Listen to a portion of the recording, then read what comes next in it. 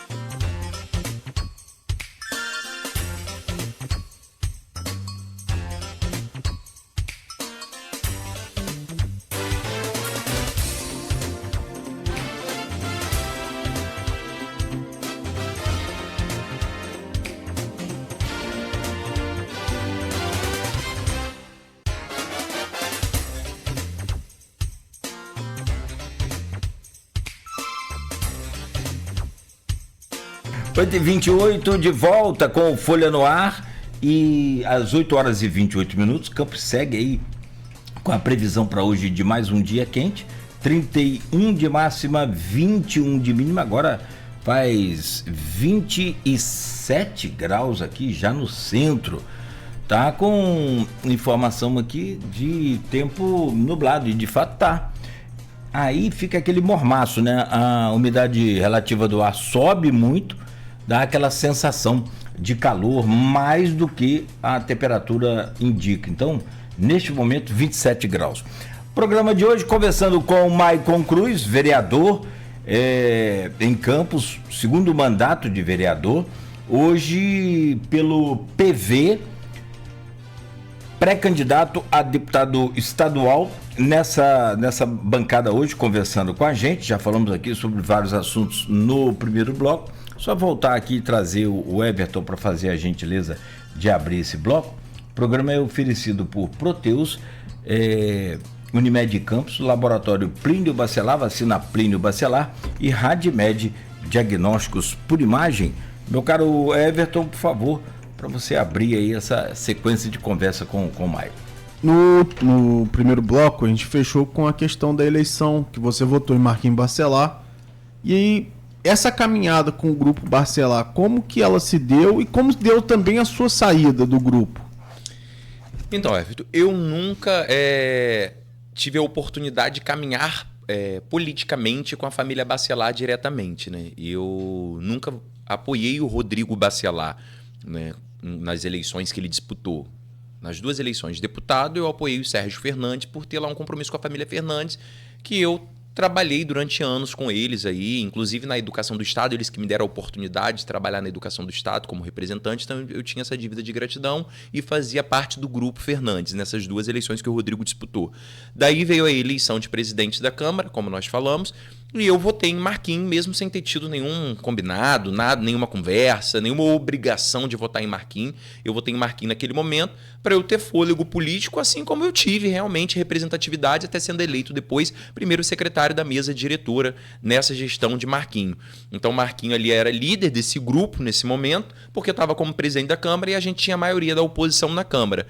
Então, assim, fazer parte efetivamente do grupo do Rodrigo, eu não tive oportunidade, eu não fiz parte do grupo efetivamente dele. Mas eu tinha essa proximidade por conta de Marquinhos ali e nós caminhamos juntos. E aí depois veio a eleição de prefeito, né, a última eleição, e a gente buscou nossa reeleição.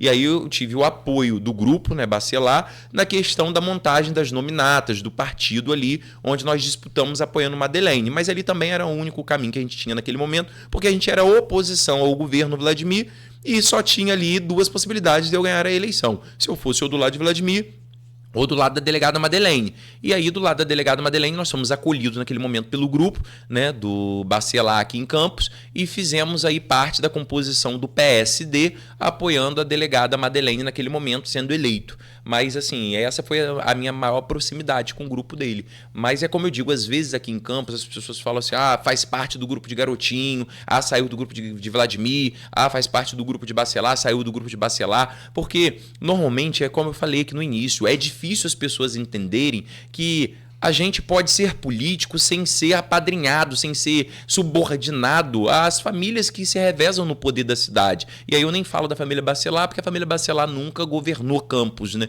Mas as pessoas têm essa necessidade para validar uma liderança política de subordiná-la a alguma dessas famílias aí tradicionais da cidade. E eu, quem me conhece muitas vezes, sabe, quem me acompanha de perto, sabe que eu tenho dificuldade nessa subordinação. Eu acho que a minha subordinação é o povo de Campos. Porque, ora, se eu tô lá na Câmara, não é por nenhum desses atores políticos, eu tô lá por conta do eleitor, por conta das 4.132 pessoas que saíram das suas residências no dia de domingo e foram às urnas depositar seu voto de confiança em mim. Então a minha subordinação sempre será essas pessoas, e não essas famílias que estão aí se revezando, esses poderes, para poder validar a minha liderança hoje na cidade de Campos. Eu necessariamente tenho que ter um apoio de algum medalhão desse. Se for para isso, eu prefiro nem ser político, eu prefiro nem estar na política, porque a gente não pode entrar na política sendo subordinado e ter ali um mandato, digamos, vendido para as decisões dessas pessoas, e a gente não ter a autonomia do nosso voto. Por isso que muitas vezes o nosso mandato acaba sendo sim uma metamorfose, a gente muda, e eu não tenho dificuldade em me mudar de opinião, em estar aqui, dar minha opinião, amanhã eu depois mudar a minha opinião, porque é isso que a gente tem que ser. Meu compromisso é com acerto, não é com erro. Então, se eu estiver errado, eu vou recalcular a rota, porque meu compromisso é com acerto. Então, eu não tenho esse compromisso, essa obrigação de, mesmo estando errado, seguir ali porque sou grupo, tenho que votar, tenho que continuar no erro porque sou grupo. Não. Se tiver errado, eu vou recalcular a rota e vou mudar para acertar. E eu acho que isso tem me dado aí essa perspectiva bacana, essa perspectiva futura, tem feito com que outros atores políticos se aproximem da gente, porque estão vendo isso na gente, essa liberdade que a gente está buscando trazer política, das pessoas estarem, mas darem sua opinião, questionarem, dizerem, olha, tá errado, vamos mudar, e a gente acolher, porque política se faz assim, é de construção coletiva, construção diária, é de participação popular. Essa é a política que eu aprendi a fazer, essa é a política que eu acredito. Eu entrei na política para transformar a vida das pessoas, assim como a política vem transformando a minha vida. Então, assim, se eu entrei para transformar a vida das pessoas, meu compromisso não pode ser com o outro, senão com as pessoas. Então, eu sei que você vai continuar, deixa eu atrapalhar aí mais uma vez, Hever.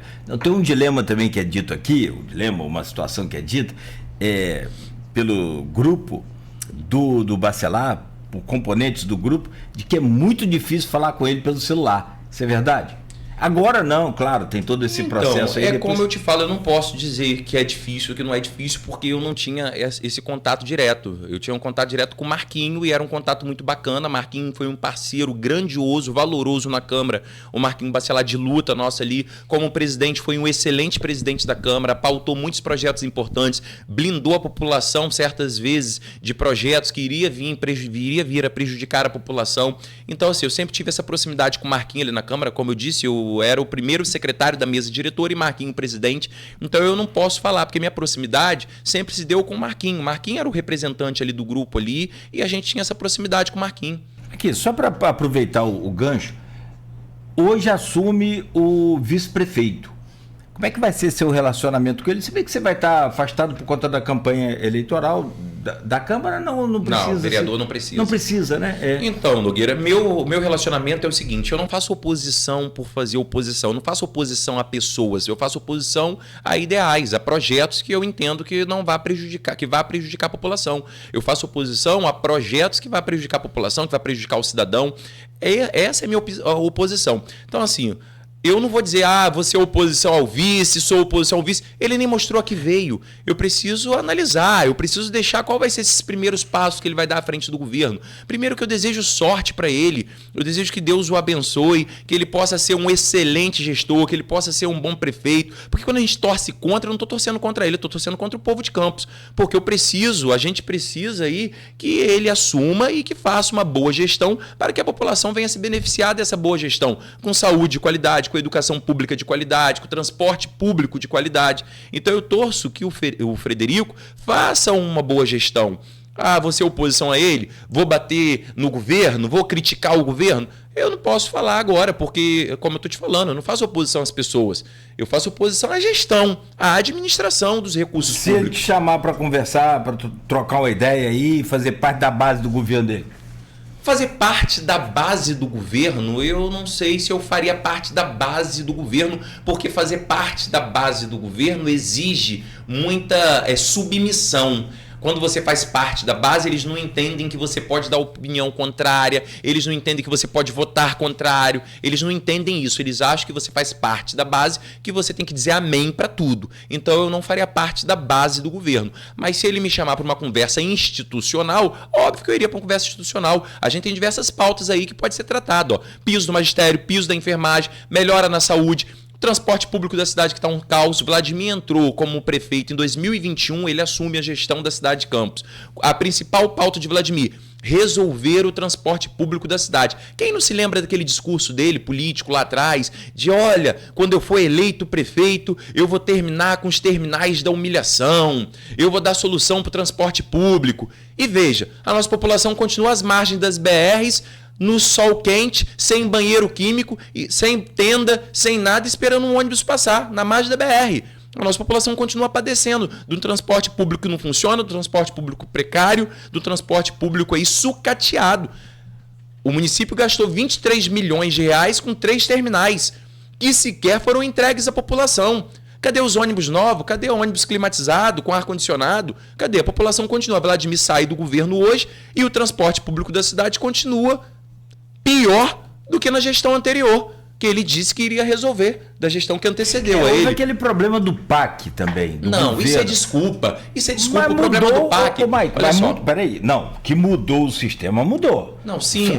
Qual Presta atenção. empresário que ia pegar um dinheiro com 10 anos para pagar, 2 anos de carência, do nada vira 5 anos, 6 meses de carência, 1 ano de... Concordo com você. Pode ser um agravante, mas o problema não começa aí. Quando foi que o PAC foi liberado? Ano passado. Vladimir ganhou a eleição em 2021 com 114 técnicos que haviam feito um estudo de viabilidade de transporte da nossa cidade. Ele assumiu prometendo que iria resolver o problema do transporte. Aí ele está há 5 anos no governo e o problema é o PAC que foi divulgado no ano passado? Ele gastou 23 milhões de reais na construção de 3 terminais rodoviários que sequer foram entregues à população.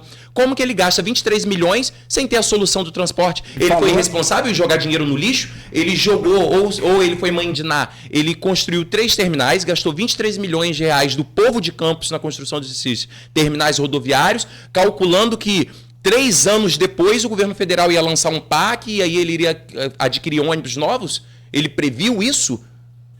Então, assim, não se justifica. Ele alegou que não entregou. Eu tô falando aqui o que não, ele falou. sim, eu também ouvi essas entrevistas dele. Mas isso não se justifica. Que não entregou porque não isso tem não, ônibus. Beleza. Não faz beleza. muito sentido.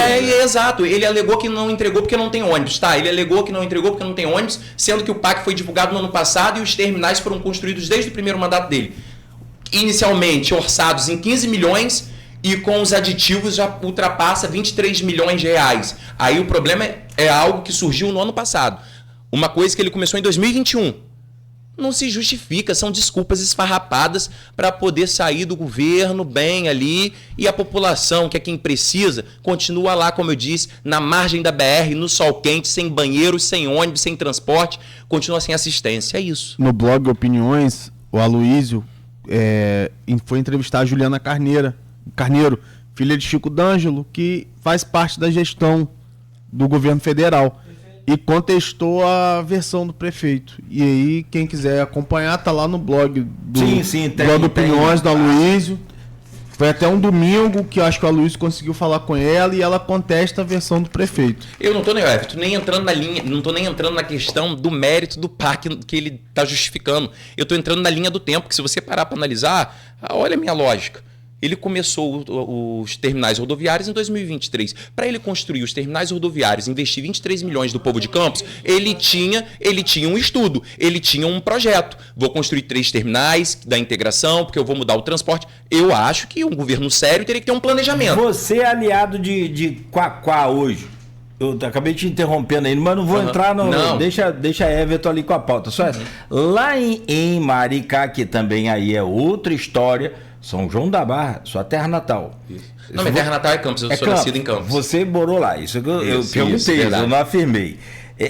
Em São João da Barra, o transporte público é gratuito, só que a renda per capita de São João da Barra é 7 vezes maior do que a renda de Campos. Você vai dividir aquela coisa.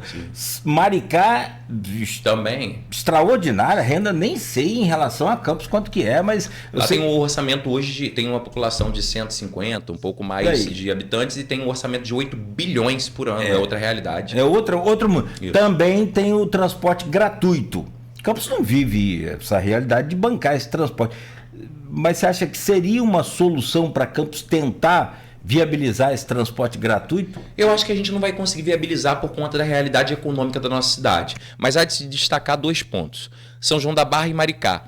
Hoje, essas 2 cidades vivem os tempos áureos dela, na questão do recebimento dos royalties, da receita dos royalties do petróleo. Mas Campos já viveu esse período. Campos já viveu esse tempo. A gente tem uma perspectiva de viver novamente aí com esses novos descobrimentos aí na bacia de Campos. Mas Campos já viveu isso. O que faltou foi responsabilidade com o dinheiro público. Como eu disse, a cidade da criança construída por milhões, um CEPOP construído por 110 milhões. O que faltou foi responsabilidade. Hoje, no cenário atual econômico da nossa cidade, eu não vejo viabilidade para o transporte gratuito no município. Uma vez que o transporte público da cidade hoje já recebe um aporte financeiro através do subsídio do óleo diesel para manter a tarifa estabilizada no preço que está, nessa tarifa social que está, para não ter o aumento da passagem. Campos é uma cidade complexa, nós somos a maior cidade de extensão territorial do estado do Rio de Janeiro, são mais de 4.000 quilômetros quadrados na nossa cidade, e assim, não é fácil resolver o problema do transporte na cidade, levando em consideração o cenário econômico do município. A gente precisa de parcerias, de novas parcerias, a gente precisa se reinventar, a gente precisa de um estudo equilibrado, de um estudo técnico, sim, na cidade, para que o transporte volte a funcionar ou que funcione minimamente dando dignidade para a população. A gente sabe que há uma dificuldade muito grande, por exemplo, até do entorno do centro da nossa cidade no transporte. Não se trata somente de distância, por exemplo, Rio Preto para Campos é um lugar distante, às vezes não tem passageiro suficiente, a estrada está ruim, aí o empresário do ramo do transporte não quer botar os ônibus passando lá nas linhas corretas, porque acaba tomando prejuízo, porque o ônibus vem vazio de lá para cá, e aí os passageiros acabam que o que arrecada não paga a despesa do ônibus. Mas o problema não é só esse, porque você vai aqui para Nova Brasília, Esplanada, aqui o 7, por exemplo, a linha 7, que é Nova Brasília, Esplanada, não passa direito, não cumpre com os horários. Você vê que o ônibus que vem 8 horas da manhã, você pode observar o ônibus que sai de Serrinha, Ururaí, Bitioca, passam ali em média 3, 4 ônibus lotados ali na Avenida Nilo Peçanha, chegando dessa região sul da nossa cidade, lotado. Por quê? Porque o cidadão acaba tendo que se adaptar a uma realidade da falta do transporte nos horários certos. E aí compromete. Compromete porque, veja, se tem um cidadão que mora em Farol de São Tomé e trabalha aqui no centro, ou pleiteia uma vaga para trabalhar aqui no centro, o empregador, quando vai dar a oportunidade de trabalho, ele analisa isso também, Nogueira. Da onde você é? Pô, você vai chegar atrasado aqui, vou ter problema com esse servidor. Verdade. E acaba não dando um emprego pro cidadão que mora em Farol, porque sabe que vai ter problema amanhã ou depois, porque ele não vai chegar na hora certa. Até uma auxiliar de serviços domésticos Sim, tem dificuldade. Aí você vê também o trabalhador, e a gente vê diversas manifestações muitas vezes na rodoviária, o trabalhador que labuta o dia inteiro aqui, e na hora de voltar para casa, para descansar, cadê o transporte? Não tem transporte. Aí fica até altas horas, muitas vezes na rodoviária, esperando o transporte, vai para casa descansar para começar a rotina. Aí é o estudante, é em escala. Hoje a nossa cidade aí, mais de 70% da nossa população depende do transporte público do município. E é um gargalo muito grande. Se fizer uma pesquisa, e eu fiz uma pesquisa no ano passado qualitativa, em outubro do ano passado, a maior reclamação da nossa cidade ficou entre saúde e transporte público. Saúde e transporte público, porque realmente o transporte público na cidade de Campos é algo precarizado. Como eu falei, o governo ganhou uma eleição com a pauta do transporte público. O prefeito hoje está saindo, renunciando ao seu cargo, sem ter resolvido o problema do transporte público, que já veio se arrastando do governo passado, há de se reconhecer. Então, assim... Acho que até do governo Rosinha Sim.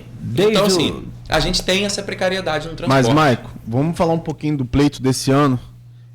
você vai ser o candidato de Quaquá aqui na região. O filho dele, Zeidan, é o presidente estadual do PT do Rio. Você se filiou ao PV. Como que surgiu essa proximidade entre vocês e como se dá essa parceria eleitoral? Então, a minha parceria com o Quaquá, primeiro eu agradeço muito ao Quaquá, sou grato ao Quaquá por acreditar também no projeto nosso, tá dando todo esse suporte, todo esse apoio pra gente, acreditando no nosso nome aqui na região. Assim como ele, outras pessoas também têm acreditado no nosso projeto, eu falava ainda há pouco. Nós temos hoje diversos vereadores, não só aqui de Campos, mas da região, do Rio, o Romenick de São João da Barra, com o Rogério lá, Machado em São João da Barra. A gente tem aqui em Campos o Rogério Matoso, o Dandim de Rio Preto, o Bruninho Viana, Elaine Leão. São pessoas que a gente está somando em prol de um projeto. A gente tem em São Francisco o Rodolfo Elias, que foi ex-candidato a prefeito lá em São Francisco. A gente vai para a região dos Lagos, a gente tem apoio. A gente vai para Rio Bonito, hoje a gente tem apoio do prefeito Marcos Abraão lá, junto com o Marquinhos Abraão e o secretário de educação de lá, que a gente já construiu uma amizade enquanto eu passei na educação e hoje me apoia 100% lá também, em Rio Bonito, na cidade de Rio Bonito. Então, assim, a gente vai construindo ao longo da caminhada essas parcerias suprapartidárias, né? E aí, como eu falei, tem o Quaquá, mas também tem o Marco Abraão. E aí, o Quaquá hoje, ele vem dar esse suporte pra gente. Hoje o Diego Quaquá é presidente aí do partido, do PT, e acaba que no PV a gente analisou o PV, as nominatas, como eu sempre digo, tem que ter viabilidade, né? Não adianta você ter projetos, não adianta você ter ideias e depois acontecer como aconteceu com vários companheiros aqui da cidade de Campos, que tiveram boa votação, mas não lograram o êxito no pleito eleitoral, porque o partido não atingiu ali o coeficiente eleitoral, não atingiu ali os votos necessários para eleger uma cadeira. Então hoje no PV a gente vê essa viabilidade de vencer a eleição, de disputar e vencer a eleição. Óbvio que a gente disputa para vencer. Se o resultado vai ser a vitória ou não, depende do nosso trabalho e da população, obviamente. Mas a gente tem que pelo menos entrar numa disputa tendo a possibilidade da vitória. A gente não vai entrar num partido que a gente sabe que não vai fazer nominato, que a gente sabe que não tem chance, porque aí não adianta. Entendi. Fazendo agora um balanço, uma análise, assim, futurologia, pra gente poder caminhar nessa conversa. Como que você observa agora a eleição presidencial para esse ano?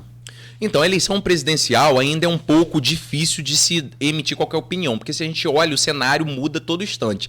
Eu cheguei aqui, o Nogueira estava falando o resultado de uma pesquisa que eu já não sabia, e agora já tem mais uma pesquisa a nível presidencial, está lá quase que empate técnico, não é isso? E já está do Instituto Paraná, que já está nessa questão de empate técnico. Então, assim... Posso trazer aqui rapidinho? Pode, claro. Aqui o especialista em pesquisa é Aloysio. Aloysio Abreu Barbosa, que eu já falei, hoje não está na bancada, porque é folga, aquela semana de revezamento, né? Eu sei que o meu revezamento aqui é 4x4. Eu e Beto, 100% sem revezamento. Mas vamos lá.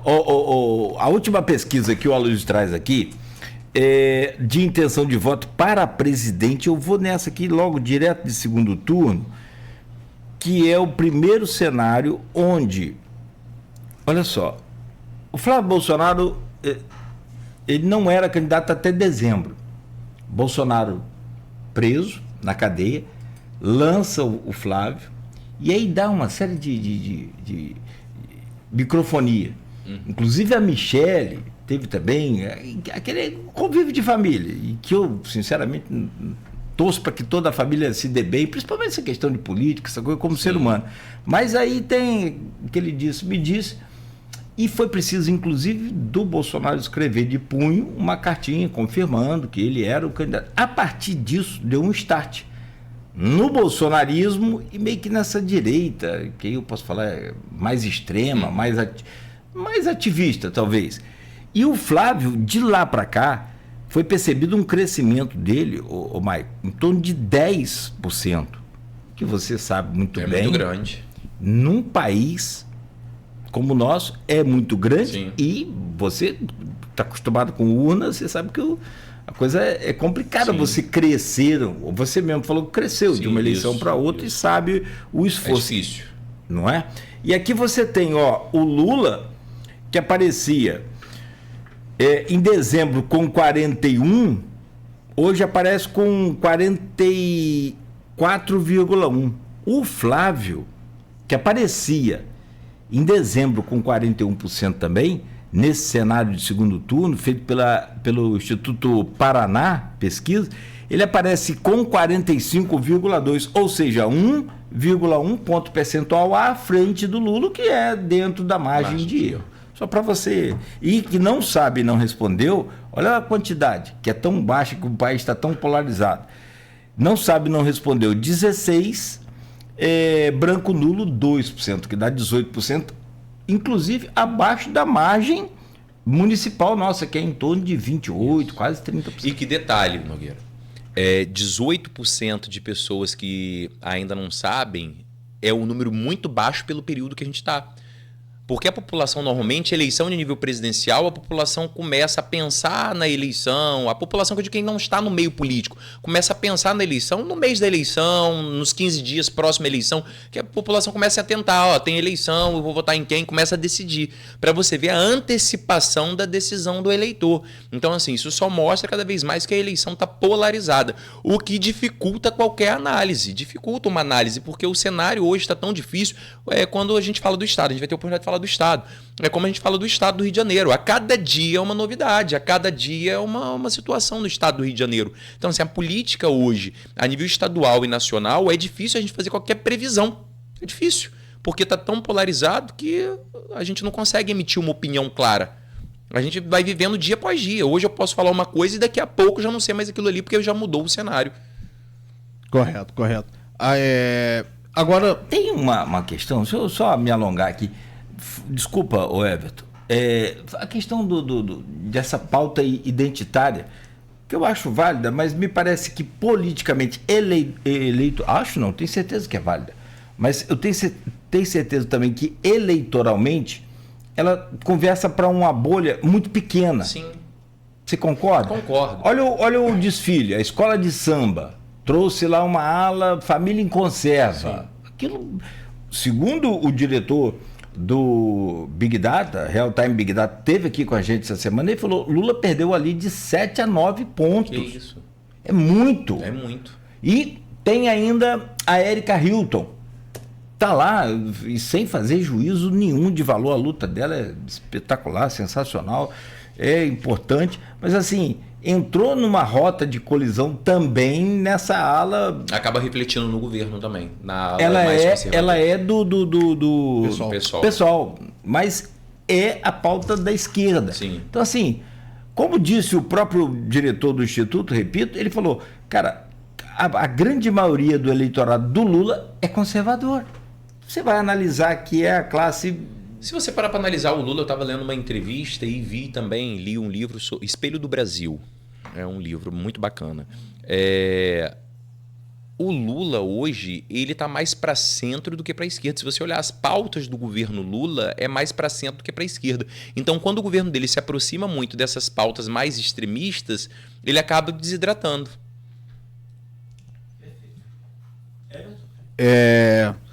E assim, como você falou, né, o ambiente político estadual também é muito complexo. Nós vamos ter agora eleição tampão, vamos ter novo presidente na Alerj, vamos ter o pleito em outubro. Então, assim, são ambientes ainda muito incertos. Sim. Mas como você observa essa questão eleitoral no Rio, assim? Quem que você acha que vai despontar? Quem tá Eduardo Paes já vem há meses, né, na liderança das pesquisas. Você acha que ele vai se manter nessa liderança e vai ser eleito? Como você observa essa questão do mandato tampão e a influência no pleito de outubro? Então, eu acho que a máquina do Estado ela tem um peso e uma influência muito grande. Por isso, eu defendo 100% a eleição direta. Primeiro, eu tenho que dizer isso. Eu defendo a eleição direta, mesmo nesse mandato tampão, porque o governador que assumir esse mandato tampão, ele tem que ter a estabilidade, ele tem que ter a chancela do povo carioca, do povo fluminense. Porque o que acontece? A Alerj hoje ela está contaminada. Nós temos uma Assembleia Legislativa contaminada de interesses próprios, de interesses políticos. É só a gente acompanhar os noticiários que a gente vai acompanhar e a gente vai ver isso. E aí entregar na mão desses atores a decisão da escolha de quem vai governar o Estado num ano tão crucial para a nossa democracia fluminense, que é um ano de eleição que vai escolher aí o próximo governante dos próximos 4 anos.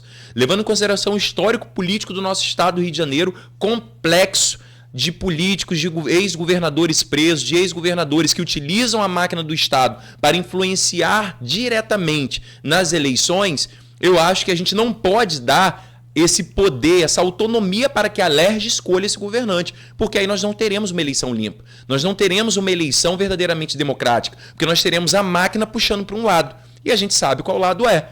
Então, assim, eu acredito e defendo a eleição direta, onde a população possa escolher de maneira democrática nas urnas o representante para o governo do Estado nesse mandato tampão. Porque só assim a gente vai ter uma eleição verdadeiramente democrática em outubro. Então esse é o primeiro ponto.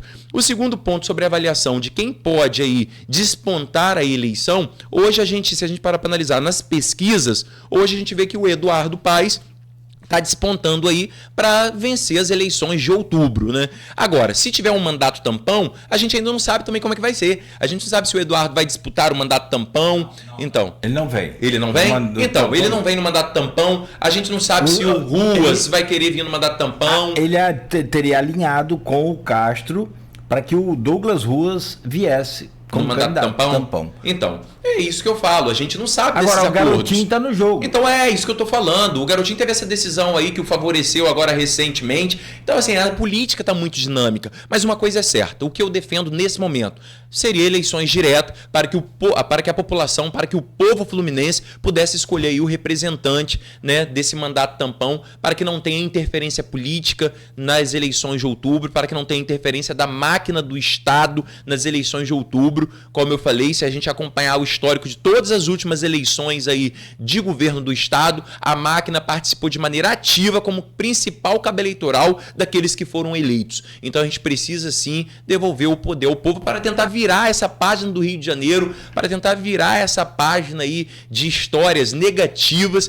que a gente tanto traz nos noticiários a todo tempo desses governantes nossos a nível estadual. Você, quando fala da máquina, você cita, por exemplo, o caso CEPEG, o escândalo CEPEG, que acabou caçando o Cláudio Castro, que está sendo inclusive analisado pelo STF e agora não pelo TSE, a possibilidade, eu esqueci o termo jurídico, dele ter usado aquela estratégia de renunciar um dia antes de ser cassado. Sim. Já prevendo a cassação, porque a votação estava em andamento e ele já estava perdendo 2-0 lá no TSE. E aí, enfim, ele acabou sendo cassado, mas perde o efeito porque ele tinha renunciado. Então, não tem porquê. Mas cassou o Rodrigo Bacelar, né, que já estava afastado da presidência da Assembleia, mas seguia como deputado, e prendeu, inclusive, o Rodrigo Bacelar. E esse caso do escândalo CEPEG contratou 27 mil pessoas de um ano para o outro, um crescimento gigante. O CEPEG é uma espécie de IBGE que faz essas pesquisas, como você citou, para dar um direcionamento. Pode investir melhor aqui na educação ou na infraestrutura, precisa lá de transporte. Órgão técnico. Eu acho que não, Nogueira. Eu acho que, tipo assim, é um conjunto. Quando eu falo da influência da máquina do Estado, eu não falo só isso. Eu falo de um conjunto muito mais amplo do que isso. Porque o caso do CEPEG, por exemplo, ele foi extinto bem antes da eleição também.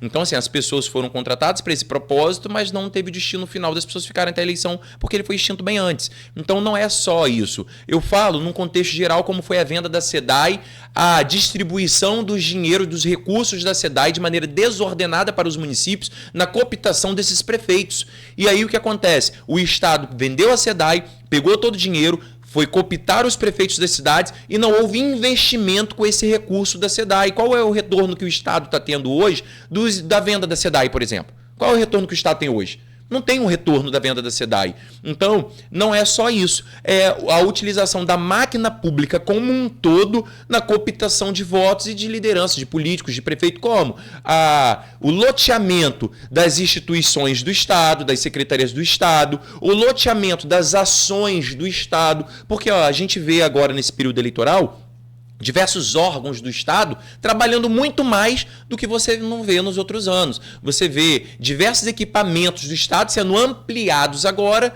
mas que você não vê nos outros anos. Então, chega no ano eleitoral, a utilização do recurso público da máquina estadual chega, beira ali a desproporcionalidade e a irresponsabilidade visando o pleito eleitoral. Então, a gente sabe que a máquina influencia. Como um todo, a máquina influencia em qualquer disputa eleitoral. Porque, vejam, muitos deputados estão lá, mas a maior base eleitoral do deputado está dentro da máquina do Estado. São apadrinhados políticos, são programas de governo, são obras que ele consegue trazer para a cidade, muitas vezes sem a necessidade, sem a prioridade. Você quer ver a nossa cidade de Campos, por exemplo? Agora o prefeito divulgou, o ex-prefeito, na verdade, divulgou recentemente recapeamento de mais 100 ruas na cidade. Não que não seja necessário, é importante o Estado vir aqui fazer esse recapeamento de 100 ruas. Mas a prioridade seria esse recapeamento de 100 ruas ou tirar o trânsito, o tráfego que está matando ciclistas, pedestres aqui na nossa cidade, desses caminhões trafegando aqui dentro da cidade, entregando a cera mista? Cadê a estrada ceramista que ainda não foi entregue para a nossa população? Mas ceramista é do Estado, sim, Marcos. eu estou falando do Estado. Nós sim, estamos sim, falando sim. de uma eleição estadual. Eu estou falando da verba do recapeamento de estradas aqui é do Estado. Vai recapear mais 100 ruas. Sim. Qual seria a prioridade? Recapear mais 100 ruas da cidade ou entregar o ceramista e te desafogar o fluxo de trânsito de caminhões Posso aqui? falar? Dá para fazer os dois. Daria, meu Tem cara. dinheiro Daria, pra mas por que não fazer faz os dois? Eu estou falando no caso de prioridade. Qual seria a prioridade hoje? Política. Então pronto, daria para fazer os dois. Por exemplo, foi entregue a ponte ali da integração, importantíssima obra de integração de 3 municípios, São João da Barra, Campos e São Francisco. Mas a cabeceira da ponte lá do lado de São Francisco, cadê a estrada de lá? Cadê o acesso de lá? Ainda está precarizado. Então, assim, prioridade, dá para fazer tudo. Mas quando a gente coloca em prioridade, a prioridade está sendo as obras eleitorais, que não deixam de ser importantes. Eu destaco aqui, são importantes, como essa construção de diversos campos societies, de diversos campos de futebol aí na nossa cidade, na região, em São João da Barra, São Francisco. É importante, é importante. Lazer também é saúde, é dignidade para o povo. O povo tem direito ao lazer. Mas vejam, a necessidade de obras mais estruturais, mais importantes nesse momento. Como essa obra, por exemplo, que eu estou falando da estrada ceramista, para desafogar o trânsito dentro da nossa cidade. Então, assim, tem outras prioridades, mas a prioridade nesse momento é a eleição e aquilo que dá voto, aquilo que dá visibilidade. Maico, projetando agora para deputado federal, você acredita que Campos e a região noroeste irá conseguir uma maior representação na Câmara dos Deputados? Porque, por exemplo, hoje a gente tem o Murilo Gouveia, de Itaperuna, e tem o Caio Viana como terceiro suplente. E essa é a única representação nossa lá em Brasília. Você acha que com essa eleição a gente vai conseguir aumentar essa bancada? Eu acho que Campos precisa ter representatividade. A nossa região precisa ter representatividade. Campos tem uma importância muito grande no cenário econômico, histórico e cultural do nosso estado do Rio de Janeiro. Campos é para o nosso interior, a capital do interior. Então, Campos precisa ter essa representatividade, até mesmo para que possamos estar trazendo mais recursos para a cidade, mais investimentos para a cidade, abrindo a cidade para o desenvolvimento e para recebimento de apoio, tanto da rede federal quanto da rede estadual. Então, a gente precisa dessa representatividade. Mas, como eu falei, fazer qualquer análise política agora é difícil. Eu ainda não sei como está esse posicionamento de Caio. Eu não sei como está, sinceramente, o posicionamento de Caio. Eu vejo pelas redes sociais, mas assim como eu... Não ele afirma que vai vir como deputado federal. Então, mas aí eu tenho que esperar o cenário desenhar para eu poder emitir qualquer opinião, porque eu posso agora até cometer algum erro se eu opinar. Porque, como eu estou te falando, a gente vê pelas redes sociais, mas a rede social, assim como eu sou político, e muitas vezes eu abro o meu Instagram e vejo alguma matéria, alguma coisa relacionada a mim, que eu olho e falo assim, gente, da onde o pessoal tira essa ideia? Da onde tira isso? Às vezes colocam até fala na minha boca que eu não falei nada, eu olho, gente, como que o pessoal viaja? Então, assim, para eu não cometer esses erros, porque, como eu tô falando, até pouco tempo, Caio estava lá junto com o Vladimir. Os dois estavam juntos. O Vladimir tinha um acordo com o Caio, que eu também não sei qual era o acordo, porque eu não participei, então eu não posso falar. Mas Caio estava lá. O chefe de gabinete de Caio, que chegou a ser chefe de gabinete de Caio, Rui, e que são irmãos ali, era o secretário de governo de Vladimir. Não sei se já saiu. Já saiu. Então era secretário de governo de Vladimir, e eles estavam ali naquela parceria. Hoje eu vi que a Edilene, esposa de Dr. Arnaldo, do falecido Dr. Arnaldo, postou uma foto de Dr. Arnaldo lá abraçado com o Vladimir, até mencionando na legenda o abraço que Dr. Arnaldo te daria hoje. Então, assim, ela acabou de fazer essa postagem na rede social. Aí eu já não sei em que pé tá essa situação, porque é difícil falar. E Vladimir diz que é candidato federal, Caio diz que é federal. Caio vai ser o federal de Vladimir também, do governo, já que ele tá no governo? Então, assim, a gente não sabe. Como que eu vou emitir uma opinião? Dois estão rompidos. Então, eu não sei, mas eu não posso falar que tá rompido, porque eu não ouvi da boca de Caio ainda publicamente, assim como eu também não ouvi da boca de Vladimir publicamente. Né? A única coisa que eu ouvi dos dois foi Vladimir dizer que tem um respeito muito grande pro Caio, que gosta de Caio. Ele falou isso. E que convidou e eu acho que ele falou Caio... até aqui também. Não, falou aqui. Então, é isso Ele que eu tô falou falando. que Caio tem portas abertas Então, no grupo para ser deputado estadual. Então, aí eu não sei em que pé tá. É difícil falar. Mas você consegue projetar em termos de números, até porque você está nesse contexto, como pré-candidato, sempre respeitando a lei, sim. né? Mas assim, a lei eleitoral de rádio e para não confundir nada de fora isso, e a gente tem que citar pré, como não pode falar pesquisa que não está registrada, aquela coisa toda. Para rádio é diferente de jornal, diferente de outdoor. Para rádio é parecido com televisão, né? No que diz respeito à lei eleitoral 9.506 de 96. Rapaz, tanto lidando com essa lei que eu sei ela de cor e salteado de frente para trás e trás para frente. Bicho, ó, e você não sabe. Você estava em São João da Barra pegando onda lá em Antafona, quando o garotinho fazia a eleição de Campos virar um caldeirão. 2004 foi. O cara que fez a eleição daquela ali, né? Foi 2004, 2006. Aquilo não acabava, parecia um loop. Tanto é que chegou o Pudim, saiu o Pudim. Surgiu isso lá nos bastidores lá do jornal Folha da Manhã. Mas, assim, e ele fala sobre isso, que Caio tem essa... Mas, assim, o que eu queria ouvir de você é... Hoje nós temos três deputados estaduais com a cassação do Bacelar, mas eu posso citar que ele foi eleito também com base em Campos. Temos a Carla, temos o Bruno Daueri, Tiago Rangel e tínhamos eleito o Rodrigo Bacelar. 4. E federal a gente ficou basicamente sem ninguém, órfão. Ficamos com o Caio, que é o terceiro suplente, que a gente sabe que aí a caneta já acabou a tinta. É difícil. O terceiro suplente acaba sendo difícil porque, por exemplo, quando ser suplente, você assumir um mandato como suplente é difícil porque quando nos momentos mais importantes está montado e no momento mais importante o titular volta, por exemplo. Tem que indicar as emendas ao orçamento. O titular, sai que eu tô voltando. Aí ele volta e indica todas as emendas do orçamento. Aí depois que ele indica as emendas do orçamento, ele sai e o suplente volta, sem nada, porque ele já indicou tudo. Então, assim, é difícil trazer recursos, a gente tem que reconhecer isso. Não, mas e aí, me diga lá, em termos de números, você acha que a gente consegue fazer 4 estaduais de novo e consegue fazer 1 ou 2 federais? Porque a capacidade eletiva para isso de voto a gente tem. Então, se a gente olhar historicamente, então, falando assim, nas eleições passadas, né, política é uma ciência, então se a gente olhar o passado, a gente vai ver que o número de votos que saem de Campos para candidatos de fora é muito grande, é muito elevado. Então, assim, fazer 2 federais, eu não sei porque nós vamos ter muitos outros federais presentes aqui também na cidade. E aí que acaba, um vem e pega 2.000 votos, outro vem e pega 3, outro vem e pega 4, outro vem e pega 5, e que quando soma tudo isso, dá um percentual grande de votos que saem de Campos para outros candidatos. Você vê que na eleição passada, e Campos por si só é difícil eleger, porque o Caio, na eleição passada como deputado federal, ele teve uma boa votação em Campos, mas se limitou apenas a Campos. E aí acabou perdendo a eleição. Ele fez, se eu não me engano, 27 ou quase 28 mil votos aqui em Campos. Uma boa votação na cidade, mas não ganhou porque se limitou só em Campos. Então, assim, por isso que eu tô falando que é difícil analisar se a viabilidade dele ganhar ou não, porque eu não sei como que está a articulação dele e a construção política dele para além de Campos. Então é difícil falar. Mas deputado estadual, se a gente olhar o cenário também, o cenário confunde um pouco mais, porque o Vladimir estava no auge da sua boa avaliação da sua gestão naquele momento, e a máquina lançou um único candidato que fez em torno de 48 mil votos, que foi o Bruno Daueri. Tiveram outros atores ali que tiveram prestígio no governo, voto do governo, tiveram. Jair Bittencourt fez 7 mil votos dentro de Campos, tivemos outros candidatos. Hoje o governo diz que vai lançar aí o Dauaire e o Virgílio, né? E aí vai dividir ali. O governo está em queda de popularidade. Você olha as pesquisas, você vai ver, você anda nas ruas, você sente. Então o governo está em queda de popularidade. O prefeito, agora ex-prefeito, entregou a caneta, o que também quebra mais um pouco, porque a gente aqui, todo mundo acompanha, sabe que quando você está com a caneta o peso é um, quando você não está com a caneta o peso é totalmente diferente. E eu vejo e sinto isso na Câmara pelos próprios colegas que compõem a base hoje do governo, né? Então, assim, não sei como que vai ser a articulação do governo para poder eleger 2, se na eleição passada conseguiu eleger 1.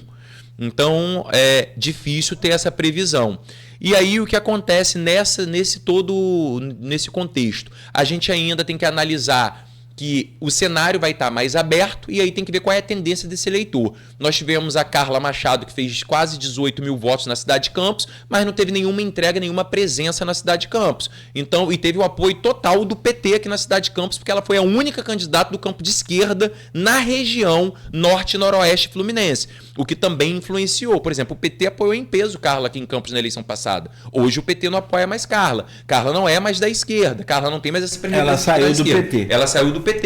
Além de tudo isso, ela não teve nenhuma entrega para a cidade de Campos. Ou posso estar equivocado, que também reconheço sem problema nenhum. Se alguém falar alguma entrega, ou se ela mesmo falar alguma entrega, eu reconheço sem problema nenhum para a cidade de Campos. Então eu não sei como que o campista vai se posicionar em relação a isso, né? Teve oportunidade, não fez. Qual vai ser o posicionamento do campista? Já o Thiago Rangel, na eleição passada ele teve aqui o apoio, uma parte do apoio da máquina, né? Que ele estava no governo com o Vladimir, tinha a Codenca, tinha a EMAB que deu uma ajuda a ele, porque a EMAB estava com ele sobre... mas ele não admite isso não. Bem, eu tô falando pela minha visão. Não, assim, sim. Ele estava no governo do Vladimir participou da campanha dele ali em reuniões que ele fez, eu tô falando pelo que eu via. Vladimir participou de reuniões dele e ele estava também com a Codenca não, com a EMAB na época. Então não tem como falar que ele não teve nada do governo, porque pelo menos ele tinha um espaço lá. E o Vladimir participou da campanha dele ali, de algumas reuniões, de alguns atos dele. Se isso refletiu em voto, como é que foi, eu não posso dizer. Ele vai dizer melhor, porque afinal de contas ele é o candidato, ele sabe que ele passou. Então assim, fez aí seus 22 mil votos na cidade de Campos. Aí eu não sei qual é a avaliação, se ele vai crescer, se ele vai diminuir. Aí é difícil falar, porque como eu falo, a gente não está lá dentro da coordenação dele para ver quais são os acertos que ele está fazendo, quais são as lideranças que estão chegando para somar com ele. Aí é difícil, mas eu acredito na reeleição do Thiago. Acho que ele vai ser reeleito, né? Pelo que eu vejo aí, eu acho que ele vai ser reeleito. E aí já no cenário de oposição, quando a gente para analisar agora, Nogueira, vamos analisar o cenário. O Bruno Viana na última eleição, ele não teve apoio de ninguém, de nenhum vereador, de ninguém. Ele foi pra rua, fez a campanha dele e foi pra rua e levou a proposta dele, fez 15 mil votos. 15 mil votos. Nessa eleição ele não é candidato, ele soma com a gente na nossa pré-candidatura, ele tá lá dando apoio à nossa pré-candidatura. Aí você vê, mas são votos vagos, que eu tô querendo passar os votos que vão ficar aqui em Campos vago teoricamente hoje, né? Então assim, tem o Bruno Viana, que fez lá seus 15 mil votos, 11 mil votos dentro de Campos, tem o marido da ex-prefeita de São Francisco, o Frederico, que fez 11 mil votos dentro de Campos, também não é candidato, e tem o próprio Rodrigo Bacelar, que fez 28 mil votos dentro de Campos, que também não é candidato. E são votos de oposição. Então esse voto vai migrar para quem? Para gente de fora? Para quem representar a oposição? Para quem estiver na oposição? Então a gente vai ver essa tendência do eleitor. Porque assim, hoje a gente tem o apoio, por exemplo, de Dandim de Rio Preto, na nossa pré-candidatura. A gente tem o apoio de Rogério Matoso, a gente tem o apoio de Bruno Viana, a gente tem o apoio de Melanie Leão. São pessoas que, somado voto, daí na última eleição, por exemplo, com os apoiadores que a gente tem hoje, quase que chega a 30 mil. Mas isso quer dizer que porque tivemos 30 mil votos o grupo ali de vereador, teremos para estadual? Claro que não, porque nenhuma eleição é igual a outra. Então a gente tem que analisar todo esse cenário, trabalhar em cima de tudo isso para poder ver. E eu, como eu falei, eu vou ter uma dificuldade muito grande, eu já enfrento essa dificuldade muito grande por não ser ligado e não ter nenhuma família me apadrinhando, então isso acaba sendo mais difícil e eu acabo apanhando de todos os lados. Eu apanho do lado A, eu apanho do lado B, eu apanho de todo mundo, porque eu não tenho um grupo político consolidado na cidade de quem já está aí há 40 anos. Então eu sou tipo assim, aquele aventureiro que chegou agora no espaço e está buscando aí o seu espaço de representatividade. Tô fazendo o código aqui são 9h15. Tem problema, a gente atrasou um pouco, até porque a confusão de endereço. Não, tem que falar de senador. É cara. verdade. Você pode esquecer de falar de senador. A projeção, porque tem todo aquele processo para não. Senador Nogueira, me diz quem é pré-candidato ao Senado. Hoje. Porque. Cláudio Castro. Mas ele pode ser, ele não estava inelegível com da afastamento. Ele concorre subjúdice. Concorre subjúdice. Aí você bota um cara subjúdice que lá na frente pode cair e seu voto foi pra cucuia. Não, tô dando um exemplo. Eu já vou levar isso em consideração. Você vai votar num cara que lá na frente pode cair e aí seu voto. Concorre subjúdice, assume subjúdice. Entendi. Isso não o impede. Hoje? Aí vem. Benedito. Porque, na verdade, o que se discute hoje também é essa questão da direita. Com o Flávio na Nacional, implicando diretamente a influência aqui na região, no estado do Rio, que é conservador no voto, vota, pendula muito pouco, vai mais para a direita sempre, e tem aquela, vamos dizer, você hoje está na federação que eu não sei se vai se repetir. Nogueira, eu olho muito pessoal, a questão do... pessoal... Não, você está na PT, PV. Nogueira, eu olho muito. O que eu quero dizer, o que eu quero dizer é que tem na esquerda, e aí vem aquilo que o Romário conseguiu fazer na outra, como ele é jogador, vou fazer fazer o comparativo. Ele entrou com bola e tudo e foi eleito. Que é a divisão da esquerda numa composição para o Senado, por exemplo. Se divide, fragmenta, fica fácil para a direita fazer dois. Acabou ficando, vários nomes ficaram concorreram ao Senado, e o Romário pela direita foi e se elegeu e com o pé embaixo. A mesma coisa acontece hoje, você falando sobre essa questão de corte de votos, pode acontecer de novo. Um nome forte está lá no seu partido federado, que é o PT, que é a Benedita da Silva, aliás, a única governadora dos 7 que não foi presa nem caçada. Nogueira, olha só, deixa eu dizer uma coisa para você. A gente tem que analisar, eu vou analisar essa questão do Senado ainda, confesso que não parei para analisar, até porque a gente olha lá essa questão do político também.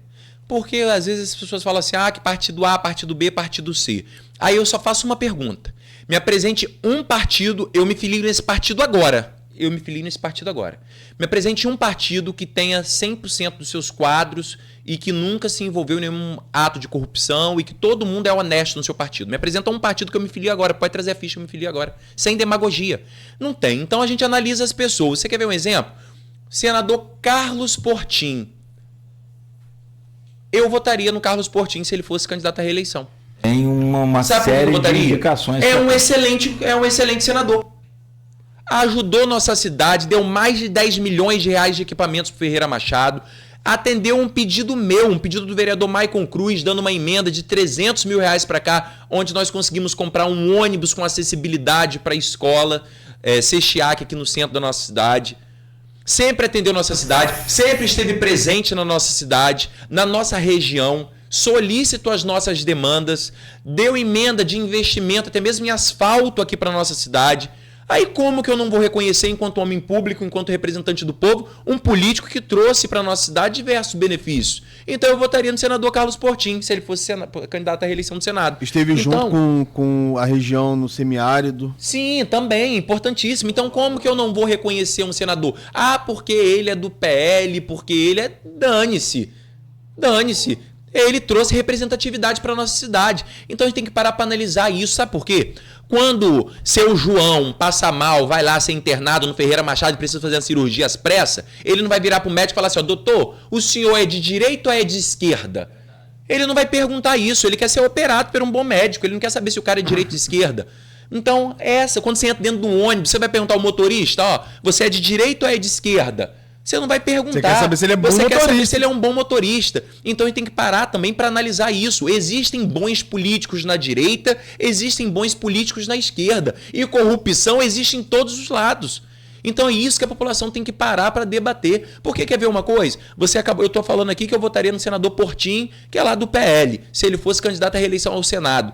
Mas aí eu te pergunto, o Romário que ganhou a eleição na direita, ele é da direita? Ele representa a direita? Se a primeira eleição dele ele ganhou no campo da esquerda. Bolsonaro agora já rompeu com o Bolsonaro, já não está mais com o Bolsonaro. Ele representa a direita ou ele foi lá da direita só para poder ganhar a eleição porque viu viabilidade e ganhar a eleição na onda da direita? Então é isso que a população tem que se atentar, porque tem muitos atores aí que estão atuando. Ah, eu sou direita, eu sou esquerda, que estão atuando, eu não. Do vereador Mike vocês podem esperar. Aí, é verdade, eu sou o que eu sou. Se a direita lá tem bons quadros e que faz um bom trabalho, vai ter meu apoio. Se a esquerda tem lá bons quadros e apresenta um bom trabalho, vai ter meu apoio e eu vou ser assim sempre. Vou apanhar dos dois lados, porque dizem que quem está nessa posição que eu tô apanha tanto da direita quanto da esquerda. Mas eu não ligo, porque eu não sou político profissional. Se eu deixar de ser político hoje, eu vou voltar a assumir minha matrícula de concursado na Prefeitura de São João da Barra. Eu tenho 35 anos de idade. Estou há 5 anos exercendo um mandato eletivo. Mas 30 anos da minha vida eu sobrevivi sem a política. E assim eu tenho convicção, porque a política é passageira. Você acha possível Vladimir conseguir uma vaga, se eleger como deputado federal? Eu acho possível. Eu acho possível, não é porque hoje eu sou oposicionista a ele que eu vou dizer que não é. Eu acho possível. Ele fez 190 mil votos para prefeito na cidade de Campos, né? Não é possível que nesse curto tempo ele desidratou a ponto de não fazer aí 50 mil votos para deputado, sendo o único candidato da máquina. Se Caio realmente não for, ele sendo o único candidato da máquina, não é possível que ele não vai conseguir fazer 50 mil votos, 45, 50 mil votos. Na região, ele faz uma construção na região e aí consegue angariar mais votos e aí ter essa representatividade. Então, assim, eu acho possível, sim, dele ser eleito. Aqui no programa ele falou em 100 mil votos para deputado. O corte ficou alto, ele foi pro PL. Sim, mas olha só, 100 mil votos. Na cidade de Campos, eu não acredito que ele faça. É por isso que eu tô falando. O deputado federal mais votado historicamente da cidade de Campos foi o Dr. Arnaldo Viana, que fez 70 mil votos. Então, tirando o Dr. Arnaldo Viana, foi o Dr. Arnaldo Viana que fez 70 mil votos. Então, historicamente, o deputado mais votado da cidade de Campos foi o Dr. Arnaldo. E aí volto também a essa questão de direita e esquerda que as pessoas falam. Quem é o prefeito considerado aí, quem foi o prefeito considerado o melhor prefeito da história de Campos? Arnaldo Viana. Na última eleição, melhor prefeito da história da cidade de Campos. Na última eleição de presidente, o Dr. Arnaldo Viana estava fazendo carreata para Lula. Então, assim, é isso que a gente tem que parar para analisar. A gente tem que analisar, isso. Mas o governo de 2014 para cá, o vereador, o Brasil entrou, nacionalmente falando, numa... E o mundo também começou a fazer isso. E, aliás, hoje está cada vez mais evidente essa coisa até de neonazismo, um negócio que eu fico arrepiado. Um negócio doido. Um negócio muito doido. Dessa polarização. Sim, mas você quer ver outro exemplo, Nogueira? O prefeito hoje se declara o quê? Direita, não, ele se declara direita. Sim. Mas veja, na eleição passada de presidente, que já estava polarizado na eleição passada de presidente, olha o resultado da eleição de Lula e Bolsonaro, já estava polarizado. Mas a principal pauta da esquerda, que a direita julga e induz aí muitas vezes muitas coisas, está atrelada a qual pasta? A educação, não é? Ideologia de gênero, identidade de gênero, a educação, não é isso? O secretário de Educação do governo Vladimir Lula, fez campanha para Lula. O secretário, e fez parte do governo Lula. O secretário de Administração de Vladimir fez campanha abertamente para Lula. Então, tinha um acordo de não interferir nessa... Não é isso, mas liberou. Mas se ele é direita, o governo tinha que seguir os princípios norteados pelo campo da direita, seguindo o seu líder principal, que é o prefeito. Você não concorda? Se você é do campo da esquerda, você veja, se o Flávio Bolsonaro é prefeito de Campos, no campo da direita, ele vai permitir que o seu secretário de Educação milite na esquerda? Ele vai permitir que o seu secretário de Administração milite na esquerda? Ele diria que é um governo plural e democrático. Beleza, agora é esse discurso. Não, nesse momento ele utilizaria esse discurso. Mas hoje, quando ele dá entrevista, ele utiliza esse discurso? Não, ele diz o quê? Eu nunca votaria no PT, eu não voto no PT. Ele está usando muito isso. Estou sendo atacado, não sei porque eu não voto no PT. Olha, foi por causa da vaia lá em Santo Eduardo. Aí ele diz isso também. E também aqui na UF. Então, aí ele diz isso hoje. Mas o governo dele era meia-meia, era dividido. Assim como ele ia a Brasília, ele era muito bem recebido, cortejado lá pelo líder do PT, o Lindenberg Farias. Ele era muito cortejado lá pelo André Siciliano, secretário do presidente da República. Então, assim, eu falo isso. Não é que eu estou defendendo a A, B ou C, não. Não estou defendendo ninguém. Eu estou fazendo uma análise de que às vezes a população compra uma briga, mas não sabe que muitas vezes é encenação. É teatro. Teatro para quê? Para agradar aqueles que estão ali defendendo aquela pauta, aquela bandeira, ter o voto. Mas que, na verdade, essas pessoas não representam a bandeira que estão levantando. Eu fui testemunho ocular de declarações na reunião do semiárido em Talva. Estava André Siciliano e... Cidade boa. Melhor, talvez, do Brasil. Uma das melhores do mundo. Estava Siciliano e Portinho. Tentaram lançar um foguete ontem lá, porque não foi na nossa base de lançamento de foguete de Talva. Que você sabe que tem, né? Né? Não sabia. Então você tem que conhecer. Nessa reunião de Talva estava Siciliano e Portinho. Eles falaram que são políticos que não estão na mídia a todo momento, não tem uma rede social forte. Eles falaram, eu preciso do Portinho, e o Portinho falou, eu preciso do Siciliano. A gente se fala mais do que a gente se fala com próprios companheiros de partido, para resolver coisas do Rio. Então, assim, no fringir dos ovos, as pessoas, quando querem estar juntos para resolver o problema da população, eles estão.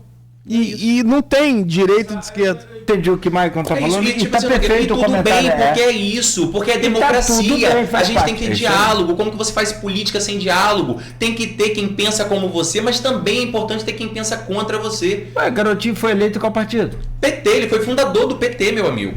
Ele foi um dos fundadores do PT. Então assim, e ele admite que ele já foi comunista. Então, é por isso que eu estou falando. Eu, Maico, qual é o meu posicionamento? Meu posicionamento é o povo de Campos, é o povo Maico, da nossa região. Se eu tiver que dialogar com o Portinho, que é do PL, foi líder do PL, eu vou dialogar e votaria nele se ele fosse para o Senado. Porque ele foi um excelente senador para a nossa região e é incontestável isso. Eu acho que não tem ninguém que vai contestar que ele foi um bom senador para a nossa região. No palanque da inauguração, eu estava lá, do Feira Machado. Ele estava no palanque. Ele estava, Garotinho também. Garotinho falou, quero fazer um pedido aqui agora para você tentar designar alguma verba. E designou R$500 mil para Tafona. Lá para Tafona. Por um processo de erosão que está lá há diversos anos e ninguém vai. Ele deu. Ele não só garantiu. O senador Portinho ainda deu 500 mil para Tafona. Então, onde eu falei, como que eu não vou defender esse cara só porque o cara é do PL? Dane-se. O cara é um excelente político. Pronto. Isso é ponto. Assim como se tiver alguém da esquerda, eu vou reconhecer. Você pede, não é que pede voto, mas você pede talvez uma possibilidade de conquistar um voto lá da esquerda. Amigo, mas eu não ligo para isso. Eu não ligo para isso. Infelizmente, eu não ligo. Eu acho que eu não vou enganar ninguém para ter o voto. Eu não vou vestir uma capa de extrema esquerda, como também não vou vestir uma capa de extrema direita.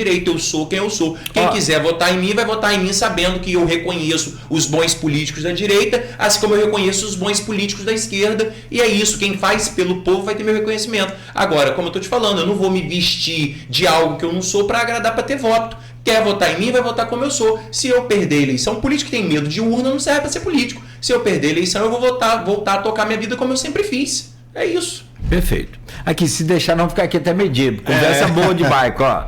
Aqui, Maicon, quero te agradecer. Obrigado por estar aqui com a gente hoje. Conversa muito boa. Boas análises suas também desse tabuleiro político que não é fácil. Eu acho que foi você que falou comigo, Cláudio.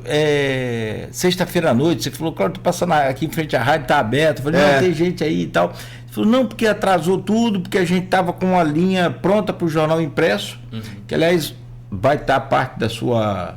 Parte da entrevista vai estar lá no sábado, no impresso, né? Isso. E, aí mudou a prisão do Bacelar, que aconteceu agora e tal, aquele negócio todo. Então, assim, é isso. A política do Estado do Rio não é para amador. Eu acho que toda política ela é complicada do Estado do Rio. Mas a do Rio ela galga patamares. Olha, eu faço parte do Renova, né? Que é a maior escola de formação política, né, do Brasil. Eu fui convidado e tô lá no Renova e tal. E aí a gente tem nossos encontros de formação em São Paulo, no ISP e em vários outros lugares do estado. Sempre o estudo de casa é o Rio de Janeiro. Sempre o estudo de casa é o Rio de Janeiro. Sempre. Porque o que acontece no Rio de Janeiro não acontece em lugar nenhum, Nogueira. Nós em um dia tivemos 3 governadores. Em um dia nós tivemos 3 governadores. Agora o presidente do TJ está aí governando o nosso estado. Nós vamos ter 3 eleições na LERJ, para presidente da LERJ. Nós vamos ter eleição de mandato tampão e eleição de governador dentro de um ano. O histórico de todos os ex-governadores, tirando a Benedita, presos. Então, assim, o Rio de Janeiro... Preso ou caçado. Ou caçado, então. O Itzel não chegou a ser preso. Então, o Rio de Janeiro é aquele... como diz a música, né? Um cenário de beleza e do caos. E nem Castro também chegou a ser preso. Garotinho falaria assim, ainda. Mas foi caçado, mesmo tendo a Foi, força, não, foi mas caçado. foi caçado. Mesmo. Ó, ficou na minha cabeça aqui os nomes que você perguntou para senador, e eu acabei só falando um, a gente falou um, mas ó, tem hoje nas pesquisas apontadas aqui o Cláudio Castro, Marcelo, pré-candidatos, né? Marcelo Crivella, Benedita da Silva, Rodrigo Pimentel, que foi... Era o do BOP. Do BOP, sim. né? Sim.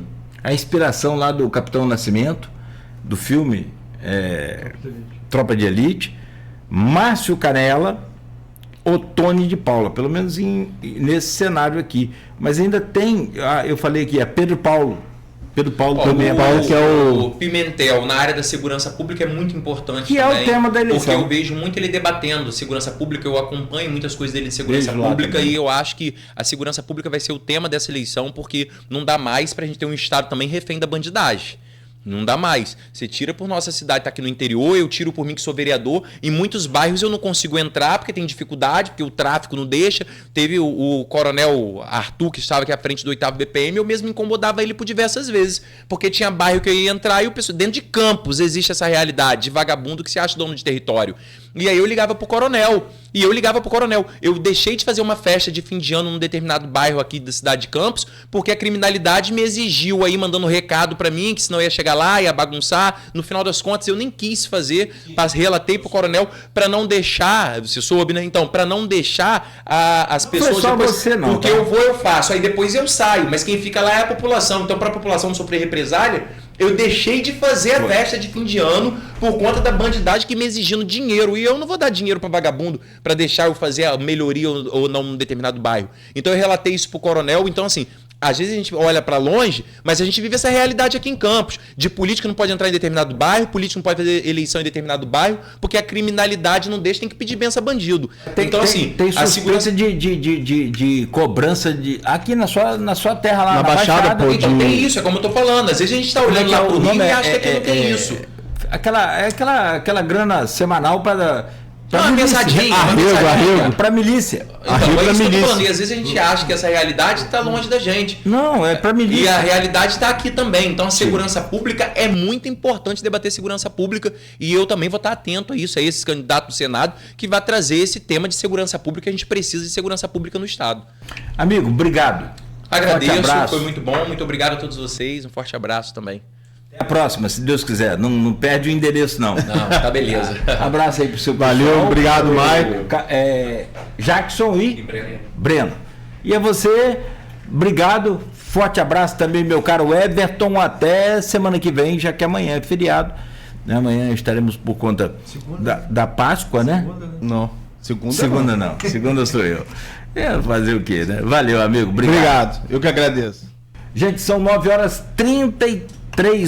Fechamos o Folha no Ar de hoje. Agradecendo a você pela paciência e audiência. A gente volta segunda-feira no oferecimento de Proteus, Unimed Campos, Laboratório Plínio Bacelar e Vacina Plínio Bacelar com Radmed Diagnósticos por imagem.